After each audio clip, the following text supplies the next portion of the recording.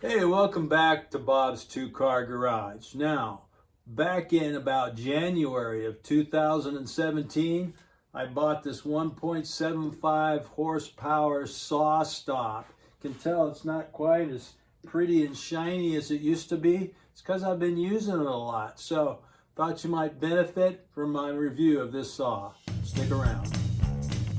Hi, my name is Bob, and I love my two-car garage.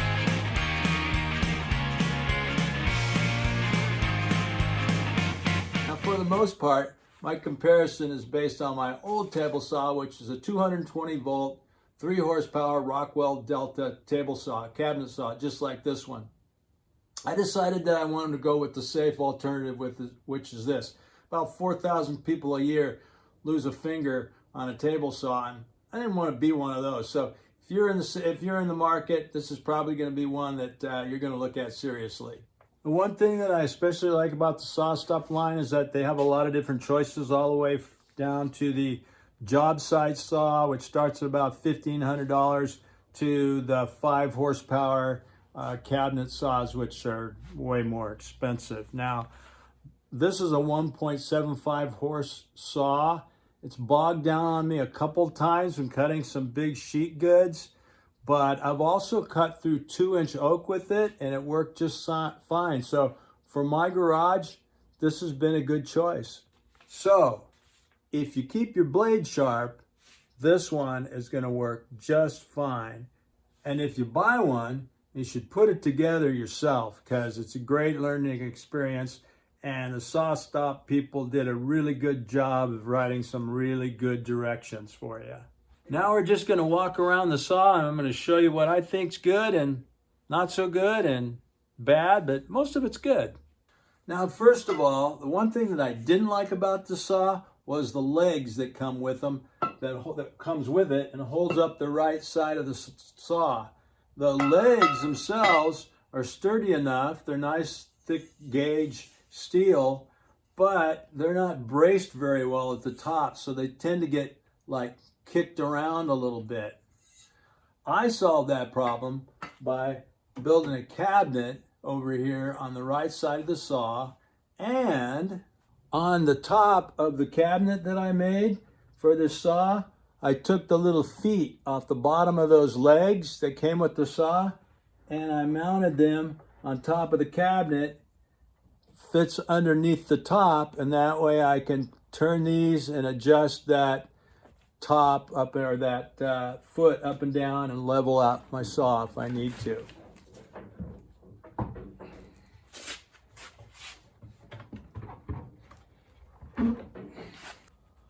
Just like that.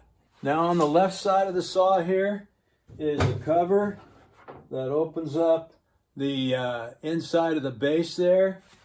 It's a plastic cover, which I think is kind of cheap, but in all fairness, hasn't broken yet.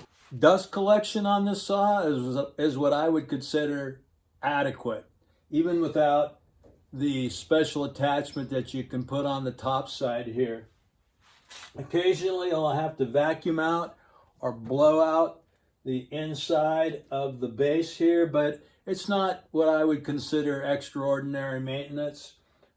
Dust collection is pretty much obligatory on this saw. It's mandatory. Otherwise, you're going to be cleaning out this ductwork all the time. So, got to have a dust collector. Most of you probably do. I didn't always have a dust collector, and if you're working on a job site, you might not have a dust collector. So, this is not really a job site saw. Pretty much for in your garage or in your shop. This is the control box for the saw, or the on-off switch for the saw. Now, a couple things. It's got this little switch right here that has a little yellow key in it. I don't like those little yellow keys. I'm always losing them, so I just leave it in there all the time. But I do think they're kind of a law or something that you have to have them. Now, one thing that's a little bit annoying is that when you turn it on like that, it takes about 12-15 seconds for it to boot up. Doesn't seem like that's a big deal, but it is a little bit annoying sometimes. So I've just gotten used to it and I flip it on and just change my habits a little bit. So when you turn it on, you're going to get some flashing lights. And if everything is well, it's going to turn green. It's got different codes. Now, just for fun, I'm going to turn the paddle up first, and then I'm going to flip this switch. And notice the code, it's going to do something funny. It's going to flash back and forth like that. And over here on the side of the saw, it's going to tell me what that code means. So it's displayed right here on the side, which is kind of nice. So I don't have to go dig out my manual to figure out what's wrong. Right now, I got a flashing red light. If I read the code on the side, it says there's an overload due to wet wood. So it is pretty easy to read, and it can be fixed quickly. Fixed it. I got the green light, flip up the paddle, and it comes on. That means the blade's still spinning. I like the paddle too. It's kind of cool. Makes it easy to turn off. Now, one thing I've noticed about the overall construction of this saw is that it's good and solid. Big, thick cast iron top. Doesn't rust as much as my old saw, which I think has something to do with the iron content, but still it's good and solid. And the base itself is a nice thick gauge of steel, so it's a really solid deal. On my old saw, I installed a Biesmeyer fence, an aftermarket fence on my saw, which I think was one of the original T-square fences, but everybody pretty much has them now. The one they installed on here works great, good and solid. The table insert comes out really easily. It's non-metallic, which it has to be, and it clips in the back, and same thing in the front in a kind of clever way. And the writhing knife comes out really easily as well. So you can take that out easily and you can pop it back in easily. So I like that. Makes changing things go nice and fast. Just like that. If you're going to use a Dado head, you need to change out your insert, and also you need to change out the cartridge that goes in there. That's a little bit of an annoying thing. It seems like they could just have a switch or a lever that you pulled and would change the position of this thing, but that's not the way it is.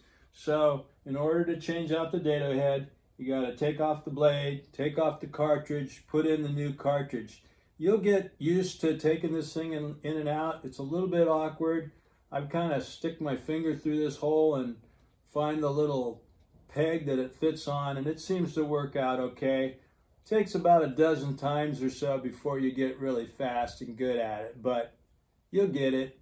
Molding heads like this cannot be used on this saw, and I don't think they ever will be. I contacted them about it, and they said that it's just not a possibility. So if you want to shape wood, you're not going to do it on the table saw. You're going to have to do it with your big router or shaper or some other way. So it's a little bit disappointing, but that's the way it is. Now, before I bought this saw, one of the complaints that I heard about it is that the cartridge or the safety device would go off when it's not supposed to. I think it's called a false activation. Mine has only gone off on me once, and it wasn't because I touched the blade. It was because I was cutting some really wet plywood that was left out in the rain. I should have anticipated that, and I could have put the saw in the bypass mode. So you can shut off the safety feature if you want to, but for the most part, these saws act really well. Again, it's gone off on me once in 3 years. And this is what the cartridge looked like after it went off. It's a pretty destructive process, and often and frequently when it does go off, of course you have to buy a new cartridge. It costs about $70, and sometimes it will destroy or bend your blade. But that's a small price to pay for not cutting off your finger. So I'm still using the same blade, which tells me actually that the blade that came with the saw was pretty decent. So after 3 years of living with my Sawstop, I think I would buy one again if I had to decide all over again. I might bump it up to the 3 horsepower, which cost about $400 more, but for the most part, might sound kind of cliche, but I think they've done a really good job of combining kind of old school quality with the new tech. I heard that they're now owned by Festool, which you probably know is a high-end tool maker, so that's a good sign for the future. Want to finalize things here by saying that I think the Sawstop is a great choice, but don't depend on electronics completely to keep you safe. You still need to use good common sense to exercise all those things you learned in woodshop when you were a kid or wherever you learned it. You can still get kickbacks. You still need to wear safety glasses, so be careful in what you do.